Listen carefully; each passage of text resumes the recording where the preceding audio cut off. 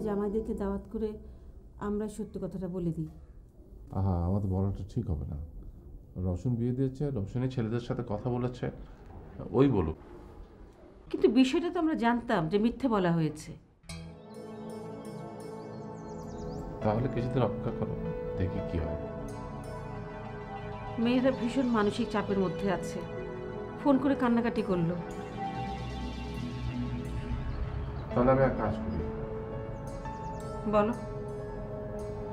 অফিসে বলে ঢাকার বাইরে আমাকে কোনো প্রজেক্টে ট্রান্সফার করে দিন, তাহলে হয়তো সমস্যার সমাধান হয়ে যাবে। কি সব বলছো পাগলের মতো? এছাড়া তো আমি আর কোনো উপায় দেখছি না। রওশনকে বরঞ্চ ডেকে বলি, যা করার আজকালকার মধ্যে যেন করে।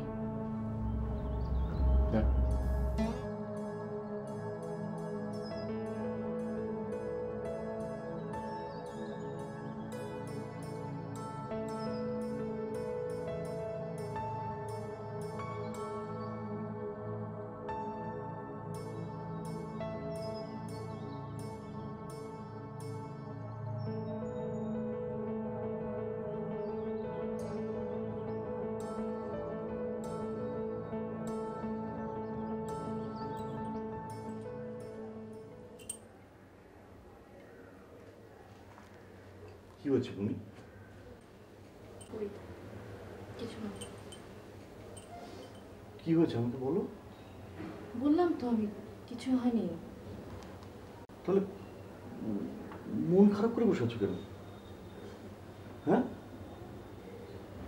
তোমার সংসারে কি আমি মন খারাপ করার অধিকার নেই?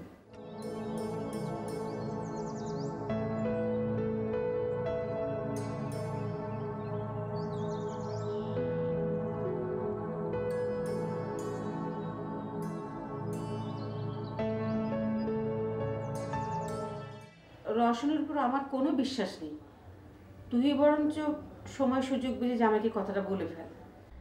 আমি চেষ্টা করছি মা, কিন্তু আজকালকার মধ্যে একটু সুযোগ বুঝে কথাটা বল।